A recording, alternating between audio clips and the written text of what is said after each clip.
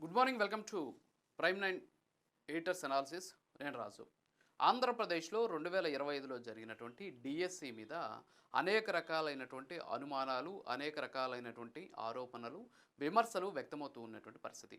మరీ ముఖ్యంగా డిఎస్సికి సంబంధించినటువంటి ప్రశ్నపత్రం లీక్ అయిందనేటటువంటి అంశం దగ్గర నుంచి ప్రస్తుతం చాలామంది అభ్యర్థులకు రిజర్వేషన్ల పేరుతోటి, అంతేకాకుండా హారిజెంటల్ రిజర్వేషన్ పేరుతోటి అన్యాయం చేశారనేంత వరకు ఒక ప్రాతిపదిక మీద ఒక రకమైనటువంటి విమర్శలు చేస్తూ ఉన్నటువంటి సిచ్యువేషన్ ఉంది. అయితే దీని మీద ప్రభుత్వం చాలా క్లారిటీ ఇవ్వాలి.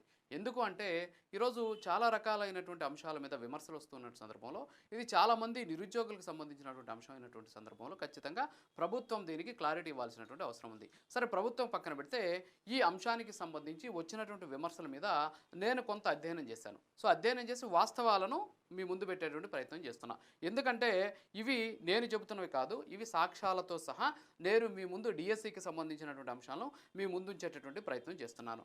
నెంబర్ 1, నవీన్ అనేటటువంటి ఒక వ్యక్తి, అతనికి మొదటి ర్యాంక్ వచ్చినా సరే అతనికి ఉద్యోగం ఇవ్వలేదు. అతను ఎస్సీఆర్టీలో పనిచేసేటటువంటి వ్యక్తి. అతను ప్రశ్నపత్రం అతనికి తెలుసు కాబట్టి, అతను ఎగ్జామ్ రాశాడు కాబట్టి అతనికి నెంబర్ 1 ర్యాంక్ వచ్చింది. ఆ విషయం తెలిసినటువంటి ప్రభుత్వం అతనికి ఉద్యోగం ఇవ్వకుండా అతన్ని సైడ్ చేసినటువంటి పరిస్థితి. ఎక్కడ క్వశ్చన్ పేపర్ లీక్ అయినటువంటి విషయం బయటపడుతుంది అనేటటువంటి విమర్శ మొదట చేసినటువంటి పరిస్థితి. సరే, ఆ విమర్శకు సంబంధించి మనం చూస్తే ఈ నవీన్ అనేటటువంటి పర్సన్ ఎవరైతే ఉన్నారో అతను 2 పోస్టులకి సెలెక్ట్ అయ్యాడు. అందులో ఒక పోస్ట్ విషయానికి వస్తే అతనికి సంబంధించి దాదాపుగా కూడా ఇంటర్వ్యూకి రావాలి అని చెప్పేసి, అంటే సర్టిఫికేట్ల వెరిఫికేషన్కి రావాలి అని చెప్పేసి డిఈఓ ఆఫీస్ నుంచి 30 సార్లు ఫోన్లు చేశారు ఆయనకి. కనీసం ఆయన ఫోన్ లిఫ్ట్ చేయలేదు. ఇది నేను చెప్పట్లేదు 30 సార్లు ఫోన్ చేశారని. ఆయన కోర్టుకి సమర్పించినటువంటి అఫిడవిట్లో ఒక డాక్యుమెంట్ని ఆయన ప్రొడ్యూస్ చేశారు. ఆ డాక్యుమెంట్లో చాలా స్పష్టంగా ఉంది, డిఈఓ ఆఫీస్ నుంచి నాకు 30 సార్లు ఫోన్ చేశారు, నేను ఫోన్ చేస్తే 30 మిస్డ్ కాల్లు ఉన్నాయి, ఏంటనేసి నేను మళ్ళీ కాల్ బ్యాక్ చేస్తే నీకు ఉద్యోగం వచ్చింది, సర్టిఫికేట్ల వెరిఫికేషన్కి రమ్మన్నారు, నేను వెళ్తే సర్టిఫికేట్ల వెరిఫికేషన్ అయిపోయింది, పోస్ట్ క్యారీ ఫార్వర్డ్ అయిపోయింది అని చెప్పేసి చెప్పారు అనేటటువంటి అంశాన్ని ఆయన కోర్టుకి ఇచ్చినటువంటి అఫిడవిట్లోనే చాలా స్పష్టంగా చెప్పడం జరిగింది. సో ఫస్ట్ ర్యాంకర్ అయినప్పటికీ కూడా ఇక్కడ మినహాయింపులు ఉండవు. మనకు తెలుసు, ఎంసెట్ ఎగ్జామ్ రాసేటువంటి సందర్భంలో ఒక్క నిమిషం ఆలస్యంగా వచ్చినా పరీక్షకు అనుమతించరు. మీరు ఇంటర్మీడియట్లో స్టేట్ ర్యాంకర్ అయినా సరే 1 నిమిషం కంపల్సరీ అక్కడ నిబంధన పాటించాల్సిందే. సో అలాంటి నిబంధనలు ఉన్నటువంటి పరిస్థితి. మరి పోస్ట్కి సంబంధించి ఆయన నిజంగానే ఎస్సీఆర్టీలో పనిచేసేటటువంటి వ్యక్తి, నిజంగానే పేపర్ లీక్ చేశాడని ఆరోపణలు ఎదుర్కొంటున్నటువంటి వ్యక్తి. మరి ఆయన ఉద్యోగానికి ముందుగానే వెళ్ళిపోవాలి కదా, నెంబర్ 1. నెంబర్ 2, ఆయన ఎన్ఓసి తీసుకోవాలి. సో ఎన్ఓసి తీసుకోలేదు అనేటటువంటి ఒక కారణం చేత ఆయనకు సంబంధించినటువంటి ఐడిని బ్లాక్ చేశారు. ఇవన్నీ కూడా పక్కన పెడితే నవీన్ ఎస్సీఆర్టీలో పనిచేస్తున్నాడని, ఎస్సీఆర్టీలో పనిచేయడం వల్ల అతనికి మొదటి ర్యాంక్ వచ్చిందని చెప్పేసి అది ఎవరు బయట పెట్టారు? ప్రభుత్వమే దాని మీద విచారణ చేసి అతన్ని తొలగించినటువంటి పరిస్థితి. ఎవరో కూడా బయట పెట్టినటువంటి పరిస్థితి లేదు.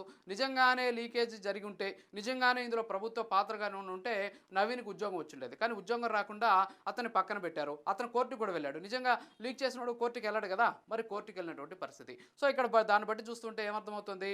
సో అతను కేవలము ఎన్ఓసి తీసుకోలేదు ఒకటి, అలాగే సర్టిఫికేట్లు వెరిఫికేషన్ సందర్భంలో అన్నిసార్లు ఫోన్ చేసినా అతను లిఫ్ట్ చేయనటువంటి పరిస్థితి. నిజంగా లీక్ చేసిన వాడు నిజంగా ఎస్సీఆర్టీలో అంత మంచి అనుభవం ఉన్నటువంటి వ్యక్తి అయితే అతను ఫోన్ లిఫ్ట్ చేసేసి అందరికంటే ముందు వెళ్ళి అతను అక్కడ సర్టిఫికేట్ వెరిఫై చేసుకునేవాడు. కానీ అలా జరగలేదు. అంటే నిబంధనల ప్రకారం అతను ఫాలో అవ్వలేదు కాబట్టి ప్రభుత్వమే అతని మీద విచారించి అతన్ని అనర్హుడిగా ప్రకటించింది. దీన్ని ఎవరు కూడా బయట పెట్టలేదు. నిజంగా అక్కడ అక్రమాలు జరుగుంటే మరి ప్రభుత్వం ఉద్యోగం ఇవ్వాలి కదా, మరి ఉద్యోగం ఇవ్వనటువంటి పరిస్థితి నెంబర్ 1. నెంబర్ 2, పేపర్ లీకేజీకి సంబంధించినటువంటి దాని మీద విమర్శలు చేస్తూ ఉన్నారు. సో నవీన్కి సంబంధించినటువంటి అంశం కూడా నేను చెప్పాను. సో ఇది పక్కన పెడితే ఈరోజు పేపర్ లీకేజీకి సంబంధించి చెప్తున్నారు. పేపర్ లీక్ అయ్యేటటువంటి అవకాశాలు లేవు.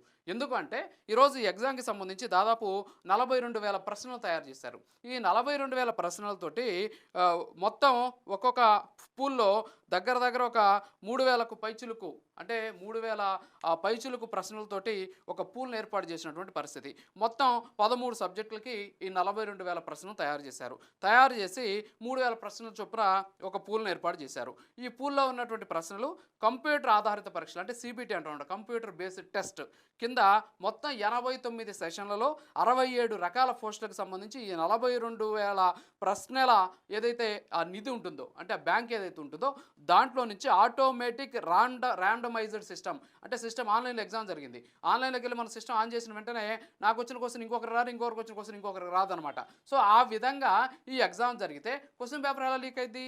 క్వశ్చన్ పేపర్ లీక్ అయ్యేదానికి అవకాశాలు ఎలా ఉన్నాయి? అంతేకాకుండా దీనికి సంబంధించినటువంటి మొత్తం కూడా ఆటోమేటిక్ ర్యాండమైజ్డ్ సిస్టమ్ ద్వారా జరిగింది. మరి ఇక్కడ లీక్ అయ్యేటటువంటి సమస్య ఎక్కడుంది? 42,000 ప్రశ్నలు తయారు చేశారు, 67 రకాల పోస్టులు, దీంతోపాటు 3,000 ప్రశ్నలు ఒక ఫూల్లో ఉంటాయి. అంటే 3,000 ప్రశ్నలకు సంబంధించినటువంటి సమాధానాలు తెలిసి ఉండాలి నెంబర్ 1. లేదు 42,000 ప్రశ్నలకు సంబంధించినటువంటి సమాధానాలు తెలిసి ఉండాలి. ఇవన్నీ తెలిస్తే కానీ ఆయన నెంబర్ 1 ర్యాంక్ వచ్చేటువంటి పరిస్థితి లేదు. నిజంగా అది తెలిసి నెంబర్ 1 ర్యాంక్ వచ్చి ఉంటే అతను ఉద్యోగం ఇచ్చి ఉండాలి. ఉద్యోగం ఇవ్వకపోతే అతను నిజంగా ఆ తప్పు చేస్తుంటే కోర్టుకి వెళ్ళడు, మరి కోర్టుకి వెళ్ళినటువంటి పరిస్థితి. సో ఇది క్లారిటీగా ఉండాల్సినటువంటి అంశం. సరే, అది అయిపోయిన తర్వాత స్పోర్ట్స్ కోటా విషయానికి వచ్చారు. సో ఈ స్పోర్ట్స్ కోటా విషయానికి వస్తే ప్రభుత్వం ఏం చేసిందంటే 3% స్పోర్ట్స్ పర్సంటేజ్ కింద డైరెక్ట్గా రిక్రూట్మెంట్ చేసే విధంగా చర్యలు తీసుకునేది. అందులో ఏ పోస్ట్కి కావాలో వాళ్ళు ఆ పోస్ట్ అర్హత సాధించి ఉండాలి. ఫర్ ఎగ్జాంపుల్, నేను సోషల్ స్టడీస్ స్కూల్లో అసిస్టెంట్ చేయాలి అంటే నేను సోషల్ స్టడీస్కి నాకు ఏ అర్హతలు ఉంటాయి డిఎస్సిలో, ఆ అర్హతలు ఉన్నటువంటి వాళ్ళే ఇక్కడ ఉండాల్సినటువంటి పరిస్థితి. సో దానికోసం కూడా ప్రభుత్వం ఏం చేసిందంటే దగ్గర ఒక 65కు సంబంధించినటువంటి క్రీడలకు సంబంధించినటువంటి జాబితాను రిలీజ్ చేసింది. దాంతోపాటు ఒలింపిక్స్ దగ్గర నుంచి రాష్ట్రంలో జరిగేటటువంటి కింది స్థాయి జిల్లా స్థాయి క్రీడల వరకు పాల్గొన్నటువంటివి, ర్యాంకులు వచ్చినవి, అంతేకాకుండా అందులో మెడల్స్ వచ్చినవి, వీటన్నిటిని కూడా ఒక క్రమ పద్ధతిలో పెట్టినటువంటి పరిస్థితి. సో పెట్టి వాళ్ళకి ఉద్యోగాలు ఇచ్చారు. ఈ ఉద్యోగాలు ఇచ్చిన తర్వాత స్పోర్ట్స్ కోటాలో అక్రమాలు జరిగాయి. 15 లక్షలు తీసుకొని ఉద్యోగాలు ఇచ్చేశారన్నారు. నిజంగా 15 లక్షల ఉద్యోగాలు తీసుకొని ఇచ్చేస్తుంటే మొత్తం 421 పోస్టులు ఉన్నాయి స్పోర్ట్స్ కోటాలో. అందులో పిలప్ అయింది 382, ఇక మిగిలింది 39 పోస్టులు. అంటే 39 మంది ఇంకా అర్హులు లేరు. పోస్టులు ఏమి ఉన్నాయి కానీ అర్హులు లేనటువంటి పరిస్థితి ఉంది. మరి అర్హులు లేనటువంటి సందర్భంలో మరి 39 పోస్టులు ఖాళీగా ఉన్నటువంటి సందర్భంలో మరి ఎక్కడ అక్రమాలు జరిగే అవకాశం ఉన్నాయి? ఈ 39 పోస్టులు కూడా 15 లక్షల లెక్కన అమ్ముకొని ఉండొచ్చు కదా, కానీ ఎందుకు అమ్ముకోలేకపోయారు అనేటటువంటి అంశం కూడా తెలుసుకోవాల్సినటువంటి అవసరం ఉంది. అంటే ఇక్కడ 39 పోస్టులు మిగిలిపోయినటువంటి పరిస్థితి. సరే, దాన్ని పక్కన పెడితే ఇంకొక విషయాన్ని తీసుకొచ్చారు. ఏంటి అంటే బ్రిడ్జ్ గేమ్ అనేటటువంటి ఒక ప్యాకాట్ని తీసుకొచ్చి పెట్టారు. ఆ ప్యాకాట్ అన్న వాళ్ళు కూడా పోస్టులు ఇచ్చేస్తారు, టీచర్ పోస్టులు అని చెప్పేసి. అంటే ఇష్టానుసారంగా అవగాహన లేకుండా ప్రజల్లో ఒక విషయం చిమ్మేటటువంటి ప్రయత్నం చేయడం వల్ల ఏం సాధిస్తారో అర్థం కానటువంటి పరిస్థితి. నిజాలు చెప్పాలన్నమాట. సో బ్రిడ్జ్ గేమ్ అనేది ఒక మైండ్ గేమ్. ఇది ఏషియన్ గేమ్స్లో కూడా ఉంది. ఎట్ ది సేమ్ టైం దీనికోసం ఒక రకమైనటువంటి ఒలింపిక్స్ కూడా జరుగుతాయి. 1950-62 కాలంలో కూడా ఇవి జరిగినటువంటి పరిస్థితి. గతంలో జకర్తాలో జరిగిన ఏషియన్ గేమ్స్లో కూడా ఈ గేమ్ ఉంది. దీనికోసం సపరేట్ ఫెడరేషన్ ఉంది.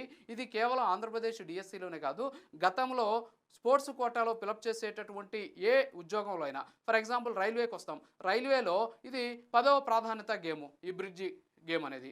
అలాగే పోస్టల్లో ఫిలప్ చేస్తారు స్పోర్ట్స్ కోటాలో, అందులో ఈ గేమ్ 11వ ప్రాధాన్యత గేమ్. కానీ ఆంధ్రప్రదేశ్ డిఎస్సిలో 40వ ప్రాధాన్యత గేమ్గా దీన్ని ఇచ్చారు. అంతేగాని బ్రిడ్జ్ గేమ్ ఆడినటువంటి క్రీడాకారులు లేరు, వాళ్ళకి ఉద్యోగాలు కూడా ఇవ్వలేదు. సో స్పోర్ట్స్కి సంబంధించి పాలసీ తయారు చేసేటప్పుడు అక్కడ ఏదైతే కేంద్రం తయారు చేసినటువంటి జాబితా ఉంటుందో ఆ జాబితా ప్రకారం మన రాష్ట్రంలో ఉన్నటువంటి ప్రముఖ క్రీడల్ని అందులో యాడ్ చేసి అప్పుడు దానికి సంబంధించినటువంటి ఆ జాబితాని తయారు చేస్తారు. ఆ తయారు చేసేటటువంటి ప్రయారిటీ జాబితాలో ఈ బ్రిడ్జ్ గేమ్ కూడా ఉంది.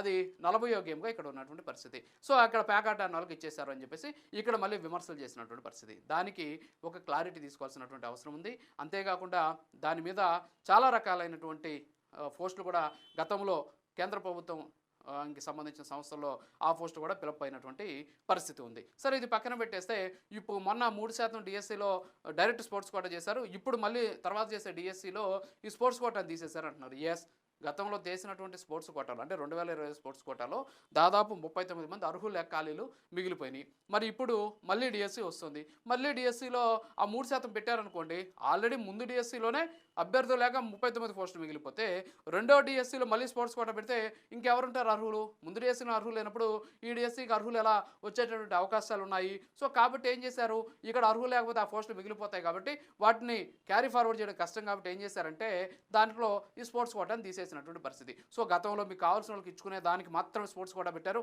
మళ్ళీ దాంట్లో ఈ దీన్ని తీసేశారు అని చెప్పేసి మరొక విమర్శ చేస్తున్న పరిస్థితి. సో దానికి సమాధానం అది. సరే, ఇవన్నీ పక్కన పెట్టేస్తే నిన్న జగన్మోహన్ రెడ్డి గారి దగ్గరికి కొంతమంది డిఎస్సి అభ్యర్థులు వెళ్ళారు. డిఎస్సి అభ్యర్థులు వెళ్ళి ఒక ఆవేదన వ్యక్తం చేశారు. కొంతమంది కన్నీటి పర్యంతమయ్యారు, తమకు అన్యాయం జరిగిందని చెప్పారు. సో దాని మీద పవన్ కళ్యాణ్ అక్కడ జగన్మోహన్ రెడ్డి గారు కూడా స్పందించి ఒక లీగల్ టీంని ఏర్పాటు చేస్తాం, మీకోసం న్యాయ పోరాటం చేస్తాం కూడా చెప్పారు. Very good. అది ఖచ్చితంగా అన్యాయం జరిగినటువంటి వాళ్ళకి న్యాయం చేయాల్సినటువంటి పరిస్థితి. అయితే ఇక్కడ అసలు వాళ్ళకి ఎందుకు ఉద్యోగాలు రాలేదు, ఎందుకని వాళ్ళని ఇంటర్వ్యూకి పిలిచి కూడా అంటే సర్టిఫికేట్ వెరిఫికేషన్ పిలిచి కూడా ఉద్యోగాలు ఎందుకు ఇవ్వలేదు అనేటటువంటి దాని మీద క్లారిటీ ఉండట్లేదు. హారిజెంటల్ రిజర్వేషన్ అంటే ఏంటి, అంతేకాకుండా క్యారీ ఫార్వర్డ్ అంటే ఏంటి, స్పోర్ట్స్ కోటాను ఎలా ఇంజెక్ట్ చేశారు, ఈ అంశాలన్నీ కూడా వాళ్ళకి తెలియకపోవడం వల్ల ఏమైపోతుందంటే మాకు ఉద్యోగం రాలేదు, అంటే మాకు అవకాశం ఉన్నా సరే ఉద్యోగం రాలేదు అనేటటువంటి ఒక ఆవేదనని వాళ్ళు వ్యక్తం చేస్తూ ఉన్నటువంటి పరిస్థితి. సో నిన్న జగన్మోహన్ రెడ్డి గారిని కలిసినటువంటి సందర్భంలో ఒక ఏకాంబరం అనేటటువంటి ఒక సోషల్ స్టడీస్లో రాసినటువంటి వ్యక్తి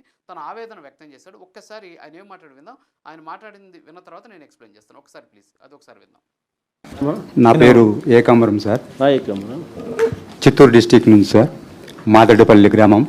ఎస్ఏ సోషల్ రాశాను సార్, చిత్తూరులో ఎస్ఏ సోషల్ స్టడీస్ రాశాను. మా కేటగిరీలో 7 పోస్టులు ఉన్నాయి సార్. దీంట్లో 5 పోస్టులు మెరిట్ ప్రకారం, 2 పోస్టులు హారిజెంటల్ ప్రకారం అని చెప్పి ఇచ్చారు సార్. కానీ ఇదే ప్రకారంగానే నేను మెరిట్లో 6 అభ్యర్థిని సార్. నేను మా కేటగిరీలో 6 అభ్యర్థిని నేను. ఈ ప్రకారంగానే నాకు 1:1 అంటే జోన్ ఆఫ్ కన్సిడరేషన్లోకి వచ్చిన వాళ్ళకి అలాంటి వాళ్ళకి మాత్రమే కాల్ లెటర్ ఇచ్చారు. ఆ ప్రకారంగానే వెరిఫికేషన్ చేశారు, సక్సెస్ఫుల్ అని చెప్పి పంపించారు. సెలక్షన్ లిస్ట్ పెట్టినప్పుడు మా పేరు లేదు. సరే ఎందుకని చెప్పి డిఓ ఆఫీస్ గారికి వస్తే ఏమని అడిగితే మేము వెరిఫికేషన్ మాత్రమే చేసాం, తర్వాత ఎందుకు లేదు ఎందుకు రాలేదని మమ్మల్ని అడగద్దండి, విద్యాభవన్ బండి అని చెప్పారు. అదేంటది, డిఎస్సి అంటేనే డిస్ట్రిక్ట్లో చేయాలి, ప్రతిదానికి సమాధానం డిఓ చెప్పాలి. నువ్వు ఇక్కడ కాదు నువ్వు అక్కడికి బాగుంటుంది, మరి ఇది డిఎస్సి ఎందుకు అవుతుంది? అది పేరే డిస్ట్రిక్ట్ సెలక్షన్. అవును సార్, అవును సార్, అటు చెప్పారు సార్.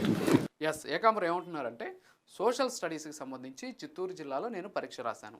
పరీక్ష రాస్తే మా కేటగిరీ అంటే ఆయన బీసీడీ కేటగిరీలో మెరిట్లో 5 సీట్లు ఉన్నాయి. అలాగే 2 సీట్లు ఓపెన్లో ఉన్నాయి. ఓపెన్ మీన్స్ నాన్ లోకల్ కోళ్ళకు ఉన్నాయి. కానీ నాకు మెరిట్లో 6వ ర్యాంకు, అంటే 6వ పర్సన్ నేను. అంటే ఉండే పోస్టులు 5, మీరు 6వ పర్సన్. సో 5 పోస్టులు ఫిలప్ అయిపోతాయి కానీ 6వ పర్సన్కి పోస్టింగ్ రాదు. టెక్నికల్గా మీరు చెప్తున్నటువంటి విషయం కూడా అక్కడ దాన్ని బట్టి అర్థమవుతుంది. సో ఇప్పుడు మనం ఈ లిస్టు చూస్తున్నాం. సో ఈ లిస్టులో మనం కానీ చూస్తే ఇందులో స్పష్టంగా ఉంది, ఇందులో కూడా చాలా స్పష్టంగా కనిపిస్తుంది. ఏంటి, ఇక్కడ మొత్తం కూడా ఉన్నటువంటి పోస్టుల్లో 40 ఓసీ కేటగిరీలో ఉన్నాయి. సో 40 నుంచి 41 నుంచి కానీ మనం లెక్కేస్తే ఈ ఏకాంబరం అనే పర్సన్ 8వ వ్యక్తి. సో అక్కడ ఉన్నటువంటి పోస్టులు ఎన్ని, మొత్తం 5 లోకల్, 2 నాన్ లోకల్. సో 7 పోస్టులు ఉన్నాయి. ఈయన 8వ వ్యక్తి. ఈ 8 మందిలో 2 నాన్ లోకల్ వాళ్ళు వెళ్ళిపోయారు. ఇక మిగిలింది ఎంతమంది, 6 మంది. ఈ 6 మందిలో ఏకాంబరం ఎంతమంది, వాడు 6వ వాడు. ఉన్న పోస్టులు ఎన్ని, 5. సో 6వ వ్యక్తికి ఎలా ఉద్యోగం వస్తుంది, రాదు. సో ఇంత క్లారిటీగా చెప్పాల్సినటువంటి అవసరం ప్రభుత్వానికి ఉంది. సో ప్రభుత్వాన్ని ఇంత క్లారిటీగా చెప్తే ఖచ్చితంగా వీళ్ళందరూ కూడా అర్థమయ్యేటటువంటి అవకాశం ఉన్నాయి. ఇప్పటికైనా సరే ప్రభుత్వం ఒక హెల్ప్ డెస్క్ని ఏర్పాటు చేసి ఈ విధమైనటువంటి అనుమానాలు ఉన్న వాళ్ళందరినీ కూడా పిలిచి కూర్చోబెట్టి వాళ్ళకి క్లారిటీగా, వాళ్ళకి అర్థమయ్యే విధంగా అసలు ఎందుకని జాబ్ రాలేదు అనేటటువంటి దాని మీద స్పష్టత కానిస్తే ఈరోజు ఈ గందరగోళం జరిగే అవకాశాలు లేవు. అంతేగాని రాజకీయ విమర్శలు చేసుకుంటూ, అంతేగాని రాజకీయ పబ్బం గడుపుకునేందుకు డిఎస్సికి సంబంధించినటువంటి ఇలాంటి అమాయకులైనటువంటి నిరుద్యోగులు వాడుకోవడం అనేది చాలా బాధాకరమైనటువంటి విషయం. ఇది భవిష్యత్తులో ఇంకా ఇబ్బందులు తలెత్తకుండా ఉంటే ప్రభుత్వం వెంటనే దీని మీద చర్యలు తీసుకోవాలి. అట్ ది సేమ్ టైం ఇందాక నేను చెప్పినట్టు ఒక డెస్క్ని ఏర్పాటు చేసి వీళ్ళందరినీ కూడా పిలిపించి, ఎవరెవరికి అనుమానం ఉన్న వాళ్ళందరూ కూడా పిలిపించి వాళ్ళకి సావధానంగా క్లారిటీ కానిస్తే ఈ సమస్య ఇంతటితో సమసిపోయేటటువంటి అవకాశం ఉన్నాయి. సో ఇక్కడ పేపర్ లీక్ అయ్యేదానికి అవకాశాలు లేవు, స్పోర్ట్స్ కోటాల అక్రమాలు జరిగేదానికి అవకాశాలు లేవు, అలాగే ఈ రోస్టర్ కావచ్చు, అంతేకాకుండా దీనికి సంబంధించి ఏదైతే అక్రమాలు జరిగాయంటున్నారో దానికి కూడా ఆస్కారం లేదు. కాకపోతే అనుమానాలు ఉన్నాయి.